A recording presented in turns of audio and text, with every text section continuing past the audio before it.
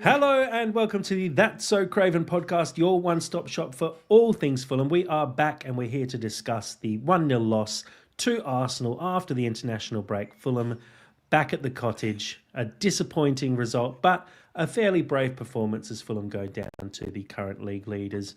Lots of things to talk about. There's thoughts on Marco Silva's tenure at Fulham. Will he last with the Forest job currently available? More injuries to deal with for Fulham as well. To talk it all through, I'm joined by a couple of cackling hyenas. I'll throw to the oldest one who should know better. Elton, how are we going? I'm very well. It's a shame you guys missed the first 30 seconds. But fortunately, he's collecting himself quietly on the floor. But yeah, I'm well. I'm really well. It's nice to be back. Nice to be back with the gangster crew. And yeah. And I also feel like it's actually it's good to cop the shift that probably no one wants to talk about. So we'll do it. We don't mind. Yeah. Correct. And Sammy, how are we going tonight? I'm going good. I felt like I was at school then a little bit because Dad was saying very, very inappropriate things before we started, and that actually brought a tear. So that's brought some joy to an otherwise somber event. Dad was talking about dildos. I don't care if anyone has anything to say about that, but it was very, very, very funny for a 60-plus man to be mentioning that at this very time. So yeah, we're talking about Fulham though. And I'm very happy to be here. Yeah, look, it's a shame we're not talking about something a bit more exciting after all of that chat before the podcast started. But maybe that's why we were talking about that before the podcast, because it is can you ever be too disappointed with a result like this? Going down 1-0 at home to the team who are currently top of the league, probably playing the best football in the division at the moment. Dad, I'll throw to you first. Obviously, going into this game, this is a Fulham team who always struggle after international breaks. There's a lot of injuries. There were more injuries that popped up pre-game as well. It was never likely to be the upset that we all cross our fingers and hope for, was it? Well, I think a month ago, this was a free hit. 3 or 4 days out, with so many injuries, I was expecting bloodshed. And really, for a late kickoff and something I had to stay up pretty late for, I was not disappointed at 2:30 a.m. in the morning when it all finished, because I really thought I think we gave them a pretty good match, really, and didn't at all embarrass ourselves. And for what we had, excuse me, for what we had, I think we did okay. Yeah, look, we were definitely running on fumes. Sammy, I assume you didn't stay up till 5:30 a.m. to watch this one. But, I mean, before the match, how did you think this one was going to go? Were you expecting bloodshed, like Dad said, or were you maybe hopeful that we could turn it around? Look, I wasn't expecting bloodshed. I know we're a good team that we've taken a couple of hits recently, both metaphorically and physically. Look, I knew that we weren't going to be completely embarrassed and outclassed. I don't know, just with the striker situation at the moment, it did make me kind of apprehensive. And I was kind of proven right a little bit. I kind of got what I thought was going to happen. We were going to shut them out for large portions of the game. And I was going to hope that we were going to have a creative spark from somewhere, but I wasn't sure where it was going to come from. And I think I kind of largely got what I was expecting. I mean, call that a bit of a self-fulfilling prophecy. I'm sure some people probably can.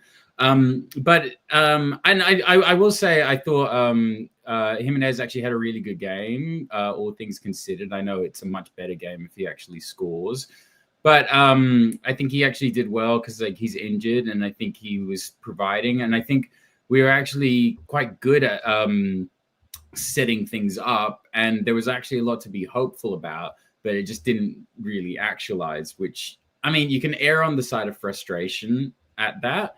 But I think I'm going to take the positive route and say there was quite a lot of moments that really felt like we were just about to get something. And I think if we had a better finisher there, that wasn't Harry Wilson, bless him, then we probably could have got a better result. But I mean, then you're just speaking in if, ands, and buts. And we're here to break things down, you know?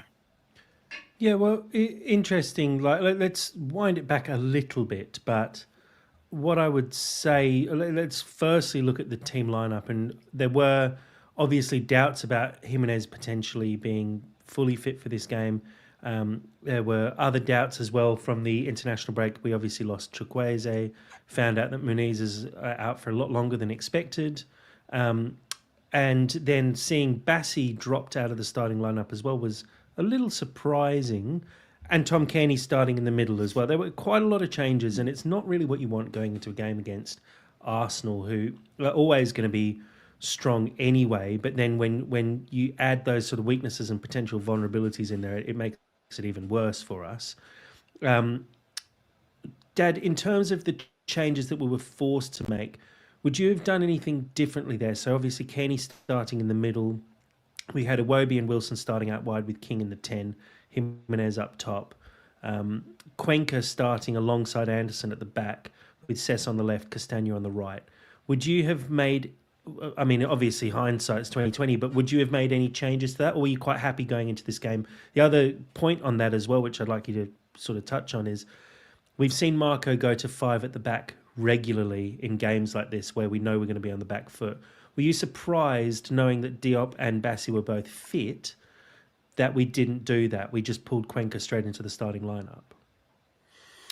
Yeah, I mean, whatever theory that you may have been building in your head about when and why he does that, I think was probably thrown out the window. Because arguably, whilst many people are pretty unhappy with the 5 at the back last season, it has proven to be reasonably successful so far this season. I'm assuming that Bassi was left out because of international duty, but if that's the case, I wonder why Iwobi was brought in, and he looked pretty knackered at the end. So who knows? I'm a bit baffled, but it's hard to be too judgmental, because I think with so many injury problems in key positions, it makes it very, very difficult to come up with a balanced side. I think he's making do in a few positions anyway, and this has just pushed him even further into a corner. Look, I think very, very positive that Jimenez was actually available, even though I still wish Muniz was going to have his season in the sun. Jimenez is obviously better when he is available than no recognised striker whatsoever. JKA seems to be a really weird one, and maybe a frustrating one for fans, because it seems like there's absolutely no horizon, or no near-term horizon when we're ever even going to see him, which seems to be a shame and disappointing. But Marco probably knows a bit more than us, so we'll defer to that. Look, I was quite surprised that Cairney was selected, but given that we've got injuries in the middle, is he going to pick Cairney, or is he going to pick Reed? He's probably got to go with Cairney. In the end, Cairney actually did pretty well in the first half, I thought. Absolutely no embarrassment whatsoever. And King over ESR or anyone else that you wanted to put in the 10. Again, I thought he was really good, really, really good in the first half. So overall, given the situation we found ourselves in, 24 hours out, I wasn't that surprised.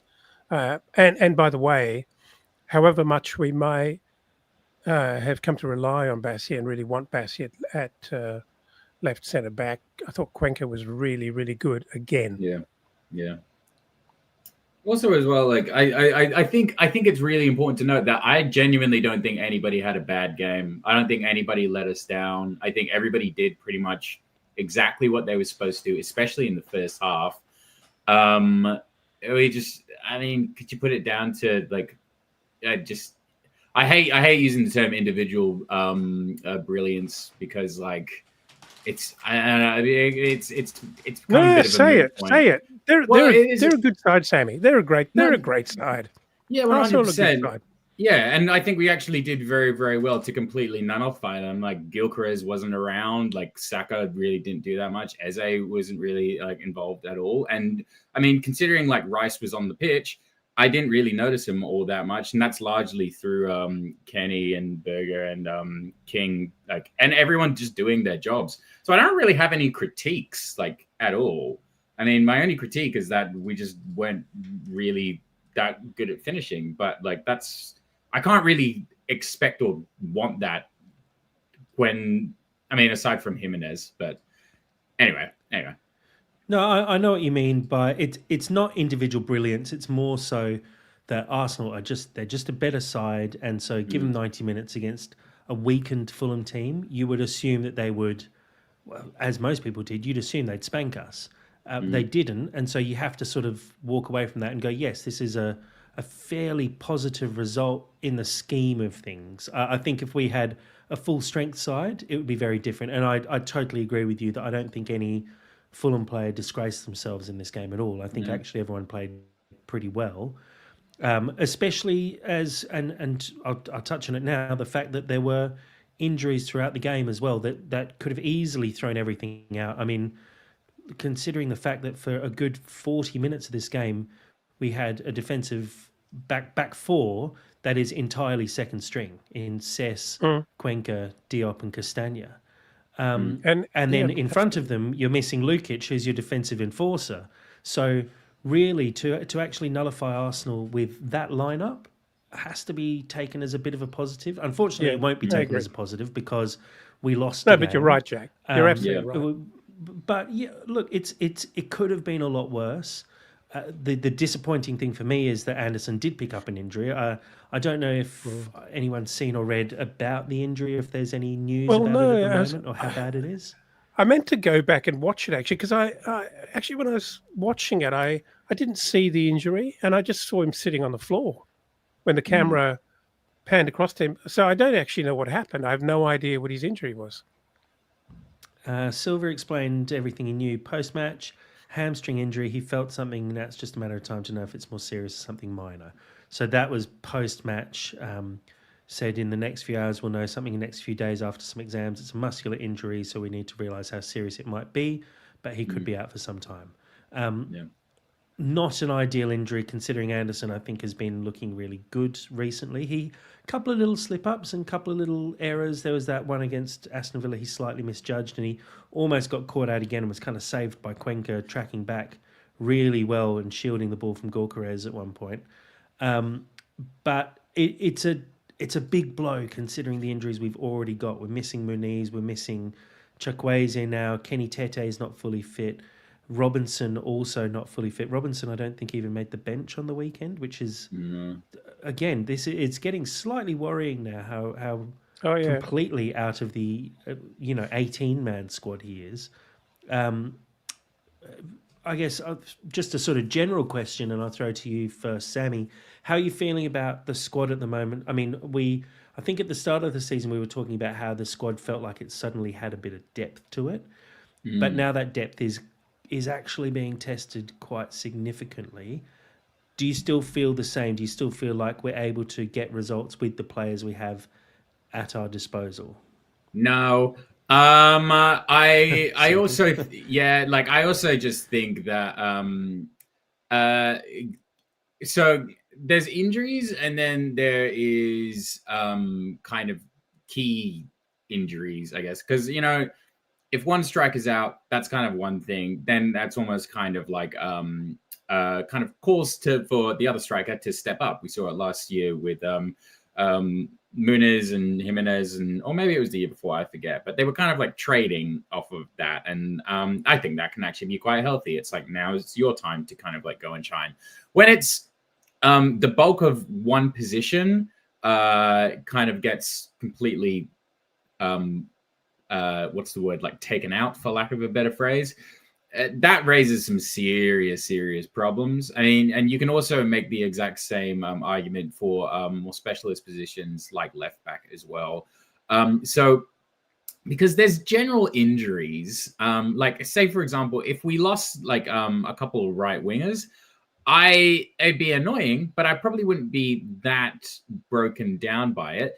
We're losing very key people at the moment, and I mean, I thank Christ, like Leno's not picked up anything, or like I think we have to be thankful for who we actually have. But I mean, what's good about? I mean, not what's good, but even if the squad is very functional, if we've taken out pretty much all of our main goal scoring opportunities, I can't be satisfied with that in any way. If anything, I can almost be a little bit more satisfied if we kind of lose some numbers in like the midfield, because at least then you can kind of rely a little bit more on like a counter attack, or you can at least rely on kind of just the spur of the moment individual brilliance. Now we're actually having this very interesting thing where the guys really gel well together. I mean, there was that section where King really outmuscled. I can't remember who it was. Like, I don't think it was Saliba, but like really outmuscled the player. Then fed it through to Jimenez. Then got it somehow to like Iwobi, and then everyone was kind of involved and everyone was working for each other. And in any other circumstance, that is an awesome moment, because you can see it's like schoolyard bullshit, and the guys were really working for each other. And I think that's a really important thing. But if there's no one on the end result, it's just great showboating. But like showboating is probably unfair. But yeah, I think you guys kind of know what I mean. It's like you do everything right, but if you can't finalize, then what's it all worth? Well, just coming back to your original question, Jack, I actually think, excluding the wings, I actually think we are one or two injuries away from a massive problem. Seriously. Mm-hmm. You know, you if imagine, let's say, I don't know, let's say Berger cops an injury. You're now forced into a situation where you're going to play Kenny and Reed in the middle. That can never be anyone's preferred starting lineup, without any disrespect at all. And that would be horrendous. If lose Cesc or Castagna, we're done. Well, I mean, if I think we've long been in a situation. If we lost Bert Leno, we would have a major step down. Lecomte's come in and has definitely shown more than what Bender has, but you still wouldn't want to be in that situation. Imagine if we lost Castagna right now, Tete injured. What happens then? Yeah, there's always someone who could push to right back, I'm sure, but it's going to be far from. Terrible, Cesc like at right, or Iwobi at right back, or Cesc at right back. It's just rubbish. At left back, or Cuenca at left back. Real makeshift. We definitely pushed to the very limit at the moment, I'd say, because like you say, if we lose another defender, let's say Anderson is out for 4 weeks. If we lose another defender, we've got no backup. We currently have no real proper backup for left back or right back. Tete was on the bench at least, which is good to see, but he's obviously not fully fit. And Robinson, we know, has been on the bench but is not fully fit. If we lose Berger, we're playing Kenny and Reed in the middle, and we have nothing behind them. I agree. On the wings, we've got fair coverage at least, because we have Iwobi and Wilson at the moment. We've got Kevin sitting behind them. We got ESR's able to play on the wing if he really needed to. You got Traore's still available and playing, and then Jimenez up front. We do have Kusi Asare if both Jimenez and Muniz were injured, I'm sure there'd be. I mean, well, we've seen that Silva will Really, Jack? still leave him out of the lineup, but you know, Yeah, exactly. if people kept dropping off the perch, you're going to have to play them at some point, or you start Yeah. promoting youth players, which I would in a way like to see, but also I don't really want to get to that point. But we're thin at the Yeah. moment. We're really light on the ground, and It's it's really quite slightly serious. worrying. Yeah, yeah, definitely.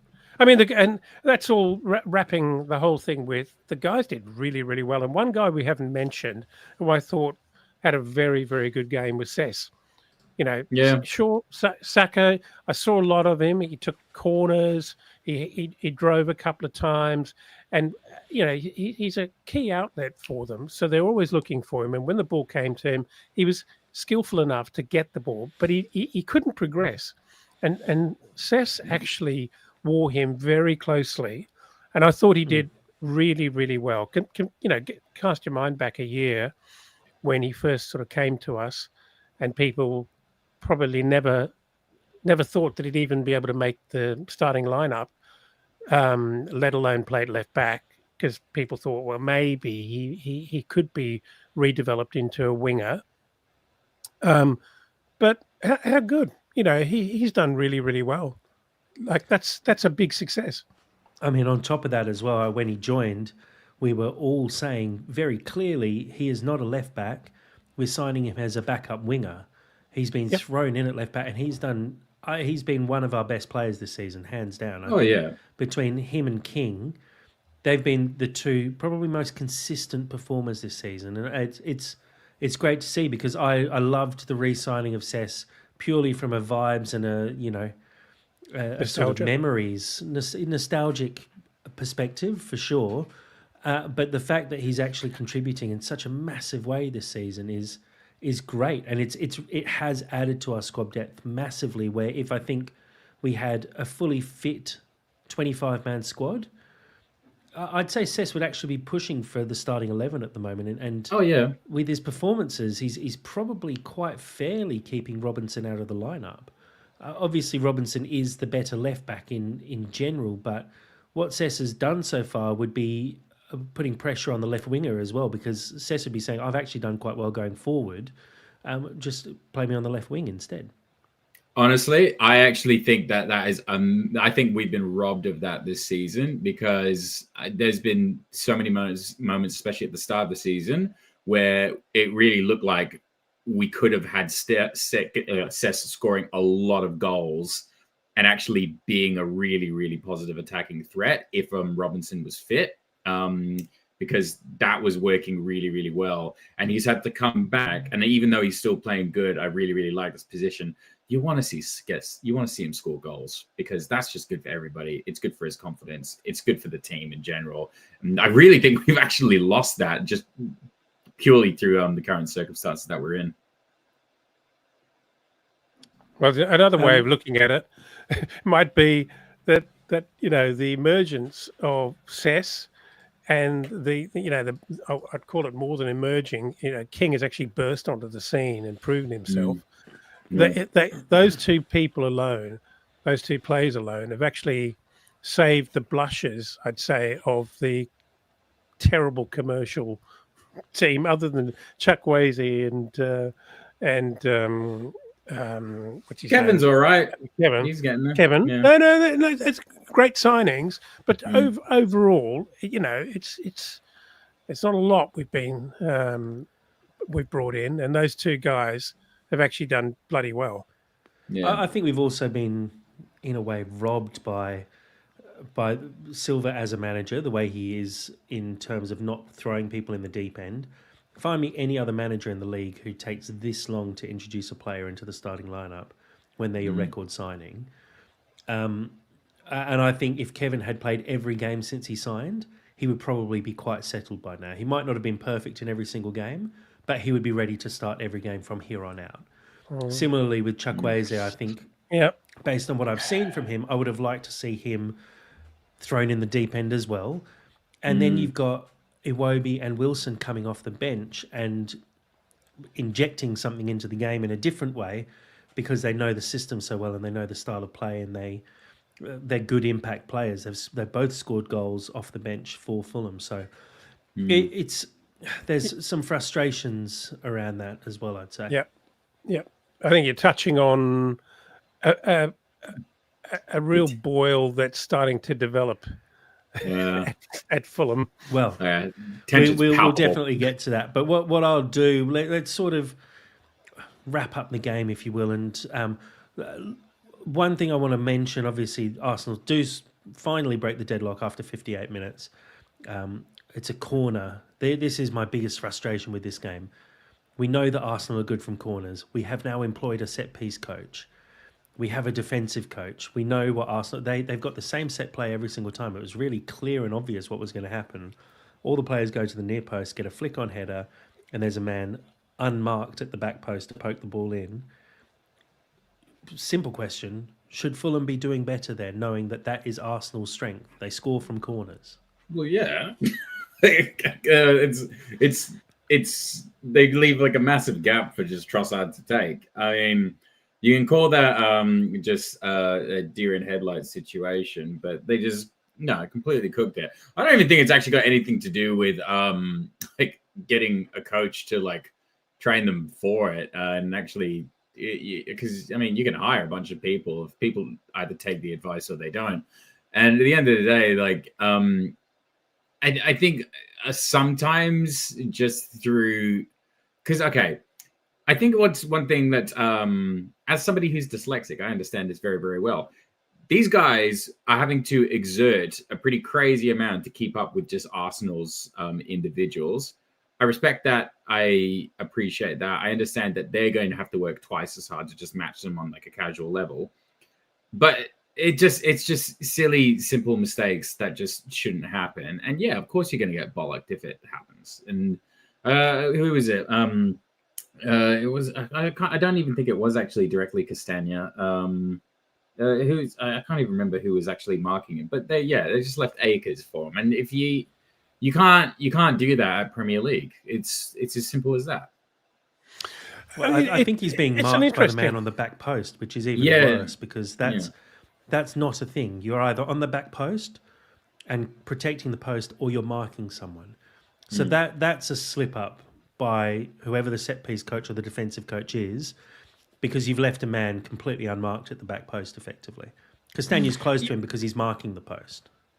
Is it kind of way too simplistic and basic to go, they do the same maneuver pretty much every time, and it's sort of like a random shuffle of the pack, and then they all run forward. Obviously, not all of them, because Trossard was then dropped back to the to sit there on his own waiting for the flick.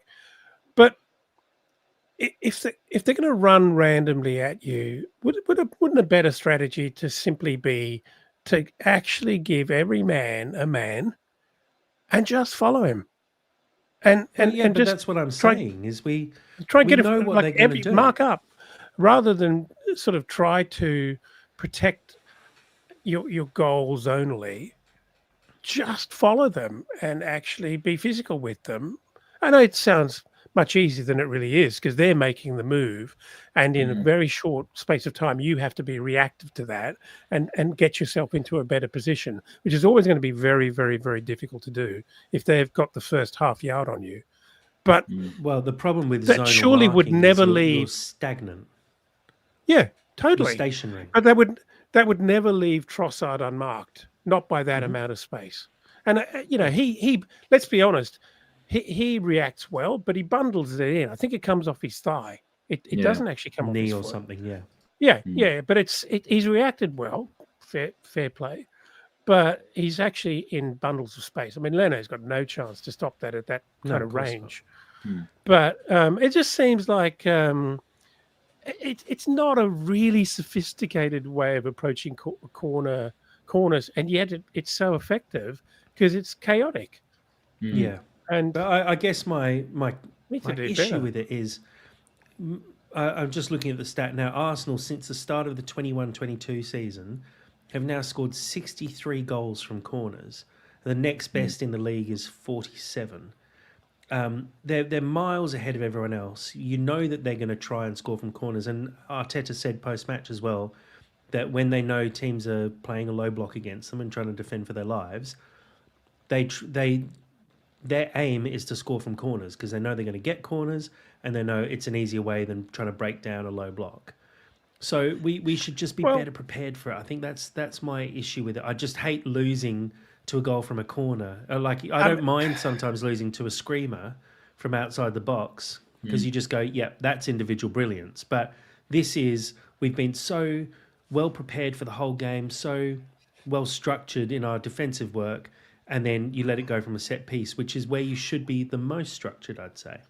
Maybe it actually comes down to just like, sorry, Dad, just let me cook for 1 second. Maybe it just comes down to maybe they've been actually practicing a new system and as opposed to actually just using common sense and actually just really looking around, they're actually relying on the system. Because look, I mean, like, these guys aren't rocket scientists. They either do what they're told or they take initiative. And I really hope that they weren't taking initiative. And I'd actually prefer to think that they were maybe just following a bad idea that was outsmarted very, very easily. Possibly. Maybe. But I think the other distortion here, and the thing that we mustn't be overlooked, to your point previously, Sam, is that not only have Arsenal obviously come up with something that on the surface seems trivial and a bit kind of childish, but it bloody works. It's also being executed by very, very, very good individuals. 100%. And even if they weren't, playing these silly set pieces, but just fairly stationary in the box, you've still got brilliant, strong, big individuals who are probably going to put the ball in the back of the net more often than not, just because. And if we try to pull that off against maybe an Arsenal defense, even if we really mastered that sort of technique, it might simply not come off as often as a very, very skillful Arsenal side. Well, like you said, it's very simple. Loads of people run towards a front post and create chaos. It's obviously not that simple because we can't do it. Otherwise, we would be doing it. But we don't try and do other it. Teams try and other teams try and do it, and they can't do it in the same fashion either. So it's possible. I mean, Arsenal because they're really good. Gabriel there. They get good balls put into the box, and they score a lot of goals from corners. The delivery is pretty great as well. Consistently great. Do you want to know what I think? Do you want to know what I think is a bit of a common theme that I'm recognizing in the absence of people like Muniz? This would actually be a great moment to have people like Kish actually here, because maybe they'd be able to speak about it in a lot more depth than my just vague pontificating. But at the end of the day, football is a lot like chess, where you can play systematically, or you can actually just problem solve like right then and there. And so you can either rely on a system, or you can have key people actually just doing problem solving right then and there in the moment. And I think Josh King's actually really, really good at this.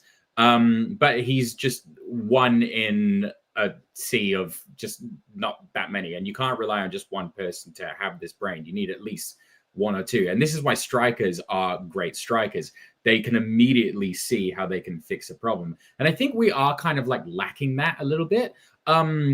I've already mentioned Harry Wilson, but I think actually Harry Wilson has a bit of that. He can actually kind of see what he wants to achieve, and he tries to achieve it regardless of whether that's what the rest of the team is doing or not. And I would like to see more of that actually within the guys. I do feel that it's not like they're standing around or anything, but I think if you're just totally relying on what I have been told in training, then you're not going to come up with like anything brilliant. And that's not me being in favor of chaos. That's just more me being in favor of just finding opportunities, because it just didn't feel like we were finding that many opportunities, or we were actually setting them up quite nicely, but not finding them. Am I speaking out my ass here? Like, Yeah, well, where is Berbatov when you need him every week? I mean, 100%. to make himself unavailable, really. But okay, Well, but that's actually a really good point, because you don't have to be fast. You don't have to be like the most technical. You just have to see the game in like a way that he kind of did. But an One in a argument I'd million. make is that pretty much anyone who plays at the Premier League level sees the game in that way. It's just you're coming up against people who are even better than you, and you also have to follow a system that you're managing. It's not an individual game. Football's a team game at the end of the day. There are individuals. When you're attacking, you can be individualistic in a way, but even then, not always. It's a team game at the end of the day. These guys are all supremely talented. The Arsenal players are just slightly more so. And set pieces especially, there's a structure put in place. You say this is the plan for defending the set piece, and we put together a bad one, or someone just made an individual error and was meant to be picking up Trossard and didn't. Unfortunately, we'll Probably never know as the simple real as answer that. to it. Probably It as simple as is. that.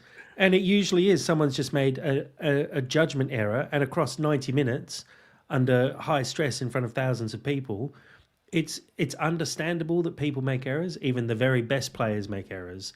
So it's disappointing to lose that way, I think, is the biggest thing for me. I would rather have gone down to a screamer from outside the box where you go, you know what, we defended really well, but there's nothing you can do about that. Like, There was one of those, to be fair. Calafiori? There was one of Well, those. But I mean, Calafiori, not the goal that he scored that was disallowed, but actually the other attempt he had where he volleyed it over the bar, not far over the bar. But like, if you go down to that goal, you go, hands up. That's a moment of individual brilliance. You lose to those sometimes. But to have defended so valiantly, I guess, for the game, and then to go down to a bit of effectively, it's a bit of a sloppy error. It's just a bit disappointing. The last thing I want to touch on regarding the game, because I do want to talk about a few other bits as well, the penalty. It's gone back to VAR. Kevin has made what could be considered a slightly rash lunge on Saka. He does collect a little bit of the ball. Now, I don't know what you guys thought watching it. Obviously, well, Dad watched it live. Me and Sam watched it back afterwards the next day. But I don't know what your initial thoughts when you saw the tackle were.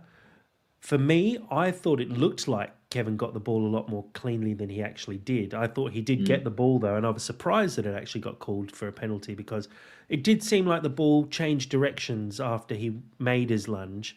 And so I wasn't really... It felt like one of those big club decisions where you go, how has he given that? It then gets sent to VAR. VAR take an age, but do overturn it. But there's a lot of people maybe questioning if VAR should have overturned it, because is that a clear and obvious error? Because he does collect Saka in a way. Dad, your thoughts on the whole experience of that little moment? Yeah, so firstly, I think Josh King needs to go to Saka school to learn how to actually come How down. to dive and take contact. Without looking like you're diving and taking contact. Because I think my immediate reaction, honestly, was that I thought he was simulating. I thought there was very, very little contact, and I thought he went down really lightly. And whilst they kept on showing very similar replays, so you didn't really see enough angles for my liking. Because what I would have, it did appear that there was some contact around Saka's knee, but I wonder if from a couple of different angles you may have walked away with a different view. Anyway, pretty ballsy challenge. Very close to the line. I assume that ball on the line is within the penalty area. Is that right? Or is it got to be within the penalty? It's not based on the ball. It's based on where the contact is made. So you'd effectively be drawing a line up to the knees where the knees collided and saying that was inside the box. The contact was inside the box. So it doesn't matter where the ball is. It's right, about where the actual contact happens. I'm not sure that was within the box, the contact. But anyway, let's say it was. Let's say it was. I mean, assume it was, I'd say. Yeah. I actually didn't think it was a penalty. And I thought, you slow that down enough, and you repeatedly look at only one angle, I think, and it's Saka. I think you're probably going to come off second best here, and I was quite surprised that it wasn't awarded as a penalty, in that it was overturned. Me too. Yeah. Look, and we had quite a lot of chat about that on our internal chat on our WhatsApp group, whereas I know Dave and Skibby were pretty scathing of how rash Kevin lunged in, and I reminded people of how rash João Palhinha used to be, and yet we still loved him because he. And don't tell me he wouldn't have actually made a similar challenge right on the edge of the box. If he sees it, he hits it. And I think Kevin, for better or for worse, has got a bit of that in him. I think he sees it, and he's actually very passionate about retrieving the ball, particularly if he's beaten. I kind of like that. I don't hate it at all. I'd obviously prefer it if he did it about 60 yards upfield, where there was a lot less at stake. But I didn't mind it. Anyway, but I thought we were going to. The penalty was going to stand. Yeah, there's a fine line between like genius and stupidity for me, and it kind of comes down to the willingness to take risks. And I mean, it's I echo what Dad said. I actually did think that they were going to give it a pen, so I was actually quite surprised when they actually it went in our favor. I mean, it's highly risky, and you know what? I don't even think he actually meant to pull it off as well as he did. But in this very rare scenario, we can just put this down to whether he meant it or not. Brilliant piece of defending. Don't you wish we got that sort of one VAR back in our favour at a time when it really mattered, though, in a way? Not when you're 1-0 down against the best team in the league. I just want it to turn around and give us that one that you're not expecting when we actually need it, and not when you're. I've got VAR fatigue, man. Like I got VAR fatigue. Have VAR fatigue already. It's only 8 games into the season. I know, and we talk about it every fucking week. But like, it's just kind of like I can't like. It's really it's getting hard because like part of me is just kind of like I'm trying not to drive myself insane with the ethical kind of like because. It's never really comes down to like a technical debate. It always just comes down to an ethical one. And I don't really like football and ethics mixing. I like them to be two separate things. It's opinion of subjectivity actually most of the time. Yeah, and I don't think due process and football should mix. Yeah. Well, look, the one last thing I do want to touch. What was your opinion, Jack? What was your opinion on the penalty? Look, well, like I said, initially I thought he got the ball, so I didn't think it was a penalty. He got given as a penalty. They checked it back. He did get the ball. So it wasn't a penalty. I think it was the right decision in the end. I'm glad. That's when I think VAR is perfect because he got the ball. And if you get the ball, he didn't lunge in. I don't think the lunge was actually too drastic. It wasn't a rash lunge at all. I think he makes like a stab tackle, if you will, which I think is just a fair sort of challenge. He's not slid in from a distance and gone through the player and just clipped the ball slightly. He's done exactly what he's tried to do, which is deflect the ball away. He's also caught the player at the same time, but not in a rash way. So I think it's the right decision by VAR to overturn it. I didn't think it was. I know you want to move on, Jack, but explain this to me. If you're obviously coming somewhat from the side, somewhat from the rear, which is obviously dubious, but you get the ball. It's almost impossible for there not to be contact. Come on, you're coming in, you get the ball. So it can't be, penalty can't be given or taken away from or overturned on the basis of contact. There's always bloody contact. It's a contact. I know, sport. but I think it's about the way in which you make contact, and also you can't make contact with someone first in a very physical way and then get the ball, because absolutely. Obviously the only reason you're then getting the ball is because you've made the contact. But I think it's I'm agreeing clear, with you. it's clear with Kevin here. He is always going to get to that ball and get a little touch on that ball. The only way he can do that is by also making slight contact with Saka, I'd say. But again, it's not overly physical contact. It's not dangerous contact, and he gets the ball, so it's not a penalty. So my question is, if you were VAR, tell me how this works. How much contact does he have to make with the ball for it to be significant and material? And how much contact would he have had to make with, as a follow through from his getting the ball?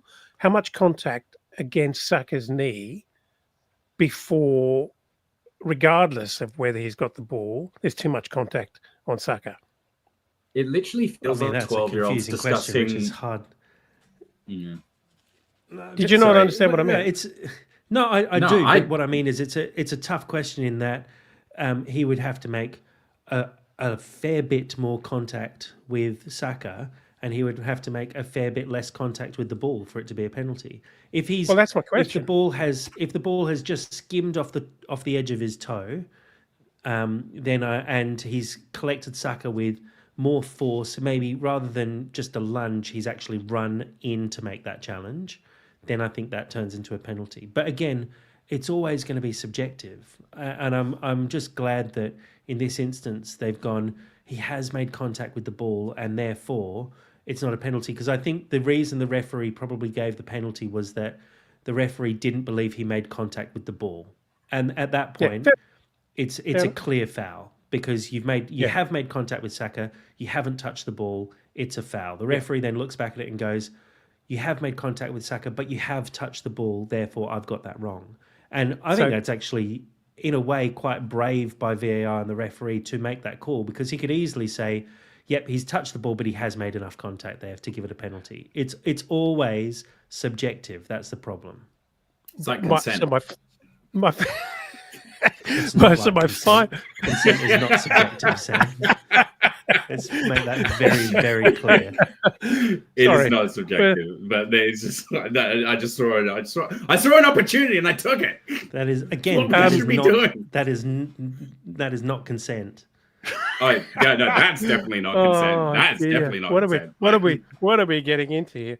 But what I was going to ask you is my final question on this topic, because I know you want to move on, Jack, is, have Fulham actually found themselves in the fortuitous position of having copped so many bad VAR decisions, so publicly debated, that now we're possibly on the end? They're almost scared to make another bad call. Are you saying, are we going to start getting some big club bias because we've been so badly shat on this season? Have we embarrassed them publicly enough? So now they're really thinking hard before they overturn a howler? Is it possible? I mean, very possible. I think you definitely don't want to put Fulham in the spotlight again for and I tell you, the pundits would be Not all Fulham, over that VAR. if that happened again. Yeah. Well, what I'm saying, the pundits would be looking at that and going, why has that been given a penalty? Kevin has touched the ball. It's not a foul. And I think the referee would, I'm sure, have that sitting in the back of his mind going, do I really want to give this when he's made contact with the ball? And that just tells, that's everything wrong with refereeing for me then. Hold on. I completely agree.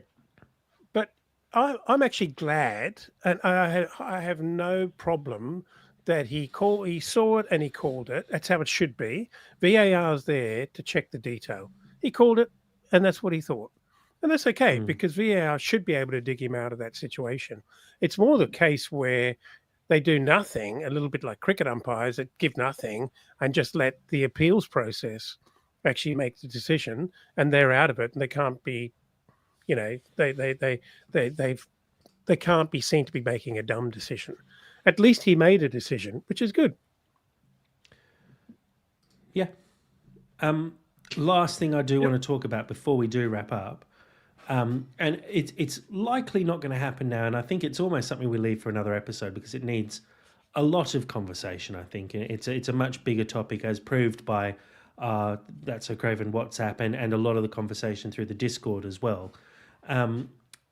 Marco Silva's future, and I guess it's raised because of Postecoglou's sacking at Nottingham Forest. It looks like Sean Dyche is probably going to be instilled into that job. I think the £15 million release clause for Silva is probably going to be a step too far for Marinakis, considering Marco is likely available at the end of the season on a free at this rate.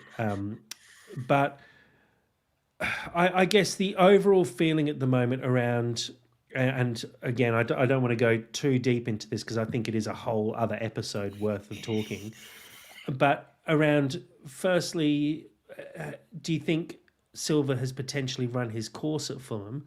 And do you think maybe this is, well, do you think Silva's going to be with Fulham at the end of the season, or rather at the start of next season? No. So, do you want me to go? I'll go first. Yeah. I Fairly concisely, if you can. Yeah, because it is another podcast. You're right, and we should probably sit down and do that. When is the? Oh no. Anyway, I actually don't think I don't think that Silva will be with us next season. I have a horrible feeling now that, and I've been feeling it for a while. I think we all have, and I think it's pretty evident now that things seem to be kind of irretrievably broken down between maybe the threesome of the owners, Ali Mack, and Marco Silva. It's just the chemistry, if there was ever any chemistry, is kind of gone.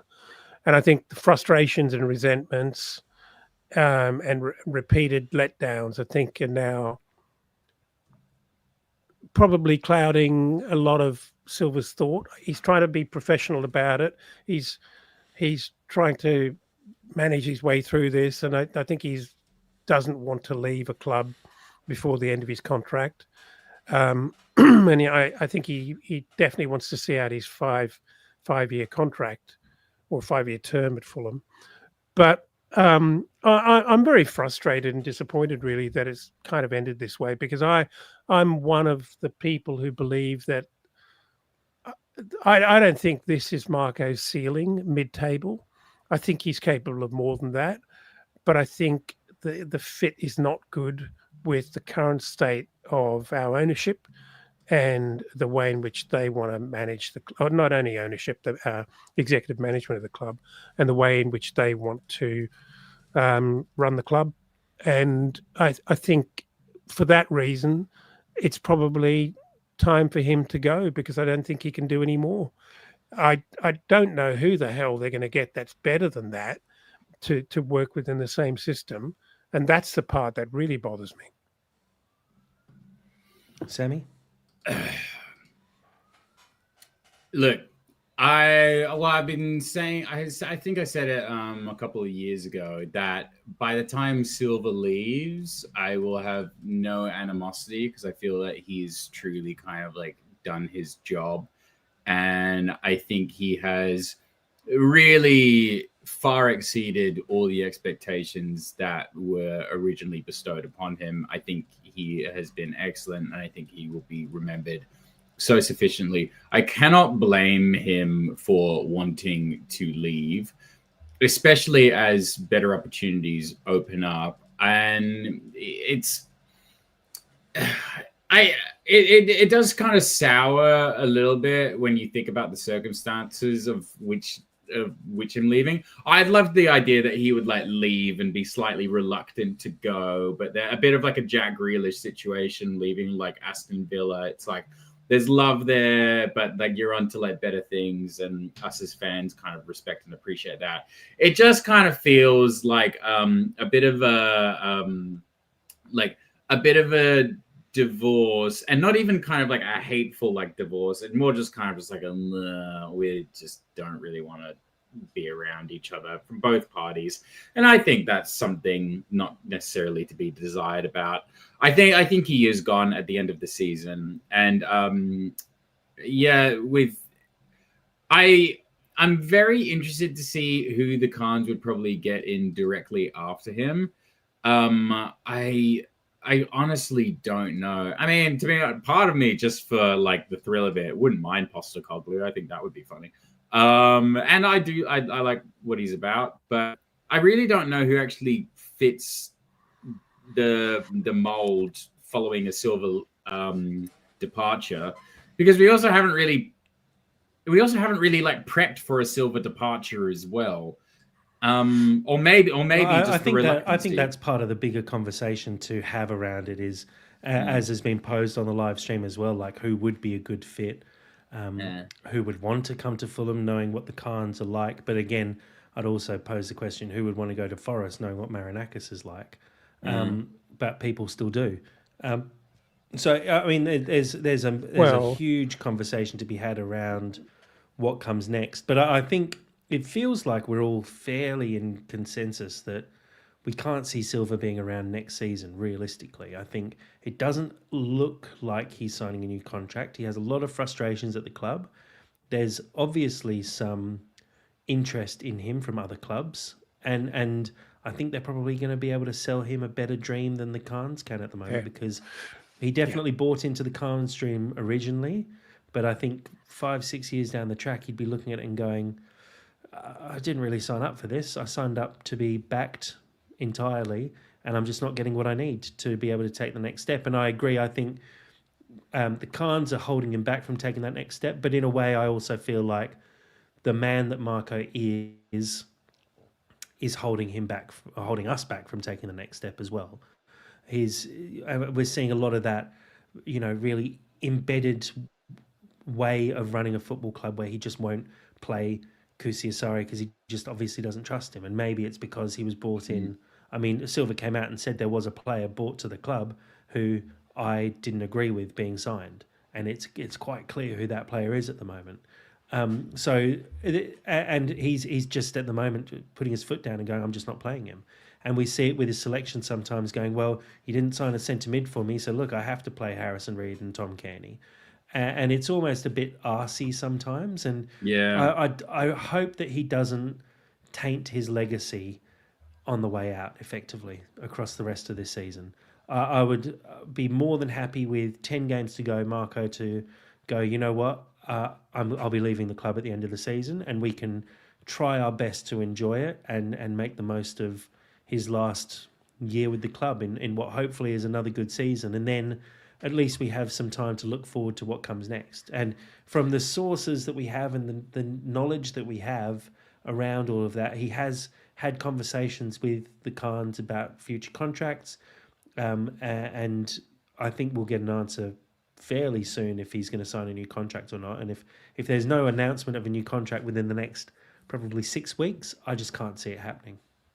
Yeah. The problem I also see, I agree with all of that, Jack. The problem I see is that it's going to be mighty difficult for the Khans to blow smoke up someone's ass and convince them about the way in which they're going to support a manager when the way in which they run a club is been, there for everyone to see. So it's the Premier League. There are, big salaries involved. You're always going to be able to recruit a manager, but we just don't want any old manager. We want someone who can kick on and do even better than Silva can. If he's walking out the door as a capable manager, we want someone better. And it's difficult for me to believe that someone is going to come in and say, I'll deal with a moderate squad and make it. I don't think it's. I don't know. I don't think it's unrealistic to expect someone to come in. Like I said, Postecoglou. Sean Dyche? I mean, nothing against Sean Dyche. He's a proven Premier League manager who can get teams up the table. Similarly with Postecoglou, he's a manager who's won a European trophy and won league titles. Well, it's true. These are guys who, will come in and could easily be the perfect manager you're looking for. You just never know based on how they gel with the squad that you've got, and maybe they're happy with someone taking over the recruitment. Not every manager wants full say in the players that they sign. They sort of trust a recruitment system and work to it. And maybe Marco just was never quite on board with that. And so you just never know. You just hope that we don't fall in the Claudio Ranieri trap again and absolutely shit our pants, basically. So there's like I said, this is a massive roundtable conversation. It almost feels like I know that pretty much everyone who's part of That's So Craven would quite like to sit down and have a very long discussion about this, because it feels like, the 10 of us that are part of the group would all have very different opinions and very differing views on how we expect it to pan out and what we'd like to see. Let's get it in the diary. Topic. Yeah, that's a special. We absolutely will. But what we can do for sure is wrap this one up, because I think we've obviously covered off the game and touched on what are a couple of big things happening at the moment with the slight injury crisis that's happening and Marco's future not quite being in the balance at the moment, because I think it looks like Sean Dyche will take the Forest job. There are reports that he's in advanced talks with Forest at the moment, and the odds on Silva leaving have cooled quite significantly. But look, thank you very much for sitting down and talking this one through. It's never fun to talk through a defeat, but I think actually there's a lot of positives to take out of this one, despite all the other negatives floating around. Dad, thank you for your time tonight. My pleasure. Good to be with you guys. Nice to have the three of us back.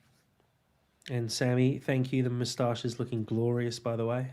Thank you, and thank you for having me. It's always nice doing family time. I like it because people forget that this is where it started. This is how the house was built.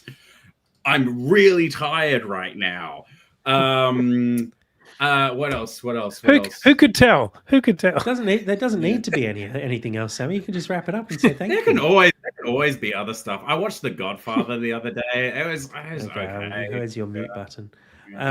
No, well, like you said, great to be back with the three of us. It's been good, and we did have a mention on the Discord asking when we would have the Down Under crew back on the podcast, and I'm glad we've been able to deliver, because it has been a little while since all three. I'm actually upset that we.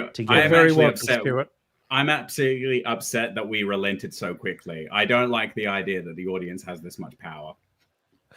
Well, to be fair, I think we've all just been incredibly lazy and let everyone else take the strain for a while. So it's been nice to have a little break, even despite the weather not being quite as easy. Yeah, wonderful other hosts. Our wonderful other hosts. Thank you. They've been absolutely brilliant, to be fair. So thank you very much to everyone who's joined on the live stream. We have very good numbers tonight, and thanks to everyone who pops through questions. Please make sure you check out our Discord. There's a lot of good stuff going in there, especially on game day, when we do try our hardest to share the game with people in a way that may or may not be considered fine. Is that a good way of saying it without putting ourselves in too much trouble? Sure. But, always great chatting there. Fulham Fan News has been great in there, as always, giving us lots of information from the inside, and just really good activity on there at the moment with lots of stuff going on. And especially when you see all the injuries happening, all the talk around Marco Silva, it's a great place to be. So do join the Discord. You can find all the links across all our social media platforms. And look, thank you for all the support for the podcast. As always, we really appreciate it. Sammy, I'll let you take us out with a big U Whites. Hit it. Big up the shareholders. Big up consent. Come on, you Whites.